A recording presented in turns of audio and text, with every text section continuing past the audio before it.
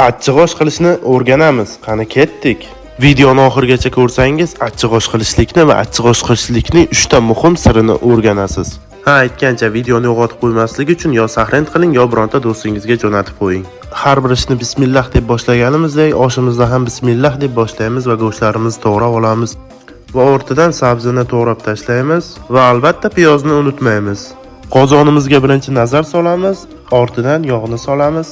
Yog' qizib bo'lgandan keyin piyozimizni sovuramiz va piyoz qoramtir qizil shaklga kelmaguncha uni qovuramiz. Va ko'rayotganingiz kabi piyoz xuddi shunaqa rangda bo'lishi kerak. Ortidan esa go'shtni sovuramiz. Sekin mehrni go'sht bilan piyozga berib, go'shtimizni yaxshilab qovurib, so'ngra tuzlab olamiz va shu shaklda suv chiqmaguncha go'shtimizni qovurib olamiz. Go'shtlarimiz tayyorman degandan keyin sabzini ham sovuramiz. Sabzilarni ham yaxshilab qovurib olamiz. Sabzilarni tayyor bo'lganini yumshoqroq bo'lib qolganidan bilamiz.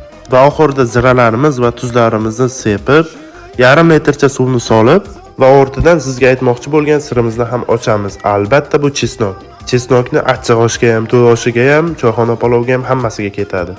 Va o'zigacha ta'm beradi. Achchiq oshimizning eng asosiy ikkinchi siri quritilgan qalampirlarimizni solamiz. Qalampirlar 1 kilo guruchga 3 donadan solinadi. Zirvak xuddi shunday 45 minut mobaynida past olovda qaynaydi. Dimlab qo'yilgan zirvayni ochib ko'ramiz. Tayyor bo'lgan bo'lsa, bu orada biz guruchlarni o'lchab olamiz. O'lchab olganimizdan keyin unga tuz sepib, ilmiq suvda 20 minut yoki yarim soatga dimlab qo'yamiz. Dimlab qo'ygan guruchimizni toki tuzi ketmagunicha 3 marta yaxshilab yuvib, olovni balandlatib, guruchlarimizni ham solaveramiz. Bu yerda olovni balandlatish kerak. Solganimizdan keyin to'g'rilab olib, dimlab qo'yamiz. Birinchi dim 15 minut bo'lishi kerak, baland olovda, toki suvni ichib olmaguncha.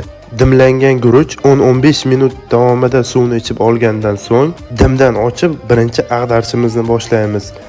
Aytgancha 3-ma'lumotimiz, ya'ni sirimiz shuki, birinchi ag'darishdayoq yaxshilab ag'darilsa, bironta guruch xom bo'lib chiqmaydi. Asnovnoy guruchni pishishligi birinchi ag'darishda bo'ladi. Aytib o'tganimdek, har bitta ag'darishda 15 minutdan 3 marta ag'dariladi. Tabga qarab, suviga qarab, suv kam bo'lsa, ilmiq suv berib ag'darishingiz mumkin. Lekin davomiyligi 15 minutdan bo'lishligi kerak. Va nihoyat oshimiz pishdi. Oshimizni suzib olamiz. Ketqizgan vaqtim va mehnatimni inobatga olsangiz, bitta like bosishingizni so'rab qolaman.